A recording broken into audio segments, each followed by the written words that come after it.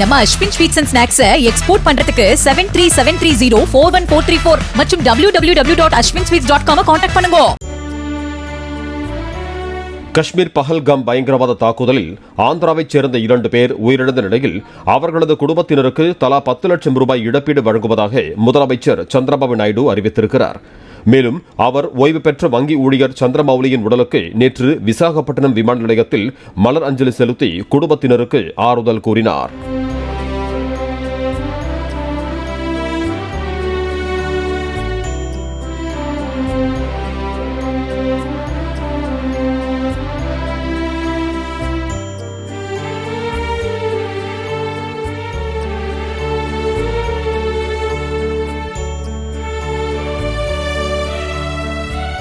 நம்ம Ashwin sweets and snacks export பண்றதுக்கு 7373041434 மற்றும் www.ashwinsweets.com கான்டாக்ட் பண்ணுங்க.